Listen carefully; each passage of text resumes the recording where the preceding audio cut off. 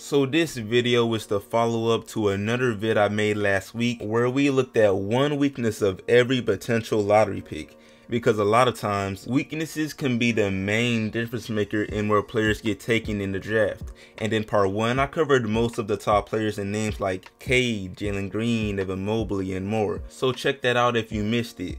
But there's plenty other players to cover like Sharife, Book Knight, and some more. So yeah, today that's what we're doing. And go ahead and comment some players y'all believe are lottery worthy, but probably won't get taken that high in the draft for whatever reason.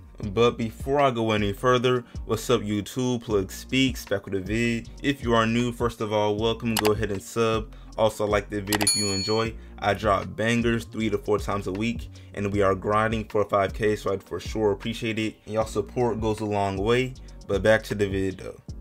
So first up we got Cam Thomas, the 6'4" guard out of LSU who went crazy during March Madness and boosted his draft interest. And now LSU only played 2 tournament games, but in those games Cam averaged almost 30, and his points per game over the whole season is not too far off from that at 23 points per game. But yeah, if you haven't noticed, Cam is one of those special scorers. He led the freshman class in scoring, he's a threat at all 3 levels, and when he gets hot, there's not much you can do. He might go off from 3, he might abuse free throws, or he might just get whatever he wants in the paint, making him very dangerous. But his weaknesses make him a high risk, high reward type of player. And the weakness I'ma point out is that right now his game is just so limited, because outside of scoring, everything else he does is average or below that. He's not much of a playmaker, he's average at rebounding, his defense is average, and then even his great scoring comes on so many shots, which is why his efficiency isn't too great. However, he's only 19, and if he lands in the right NBA situation, he could be a really good player. I mean, he showed it enough at LSU. But yeah, next up we got Kispert, Gonzaga's 6'7" forward that shoots the ball at a wild level of efficiency. And Corey is one of those rare players that might be taken in the lottery as a senior, so that shows how impressive he's been over the course of the season. But yeah, again, he's an amazing shooter. His 3-point percentage is 45% on almost 7 attempts per game. I mean, come on, that speaks for itself. He's also pretty good at rebounding, he can score inside the arc, and it's honestly no mystery why NBA teams want him.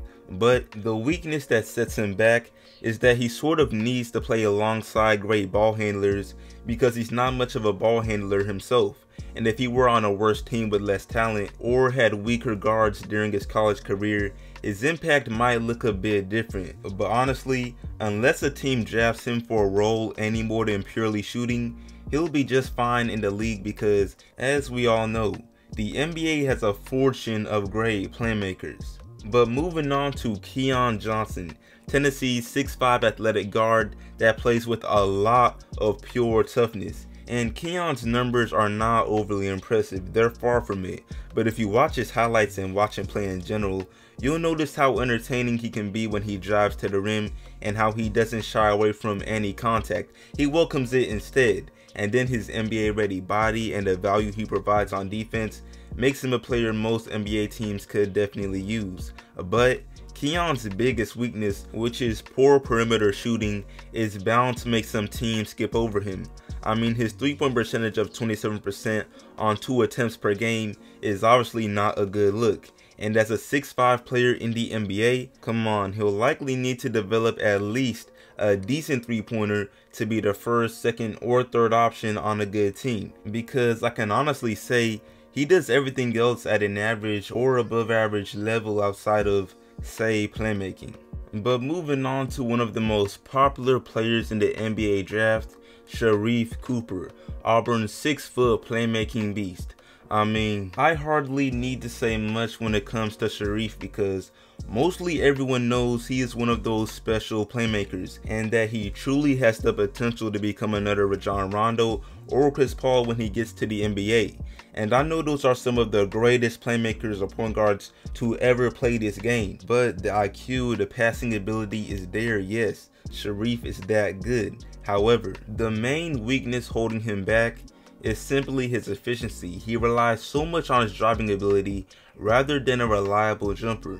And at one point I thought his shooting would cause him to stay at Auburn, but the more I think about it, nothing is guaranteed, so he's better off going to the NBA while his draft interest is so good, and I'm glad he declared. But still, this weakness could really hold him back, because his average of 20 points a game makes everything look fine, and you may think he doesn't even need a jump shot, but the truth is he just plays smart and knows how to finesse free throws. But rookies in the NBA rarely get foul calls, it's just a tradition, and even after his rookie year, foul calls or consistent foul calls are not a guarantee. So hopefully his jumper comes along, because I really do believe he could become one of the best guards in the NBA if he just becomes a solid shooter. Simple. But moving on to Keon Johnson, a 6'10" center for Texas that has impressed scouts with his potential more so than his numbers. Because if you look at his numbers, trust me, you will not be impressed. I mean, he puts up single-digit points, his rebound average is basic, and even his free throw percentage is only decent for a center. And I can't even lie, at first I was confused when I saw that some mock drafts are putting this guy near or inside the top 10, like what are they doing?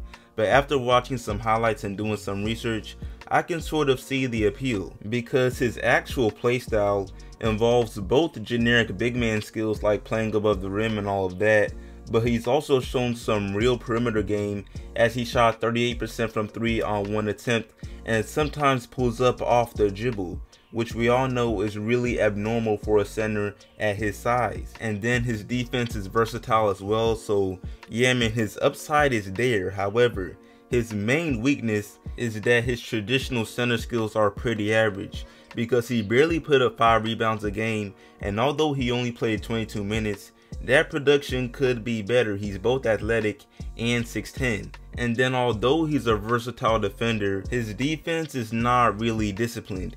He was foul prone this season and averaged nearly 3 fouls each game, which really makes you wonder what it might be if he played more minutes. But regardless, the appeal still makes sense. I mean, he does many guard-like things that most if not all 6'10" centers in the upcoming draft are simply not doing.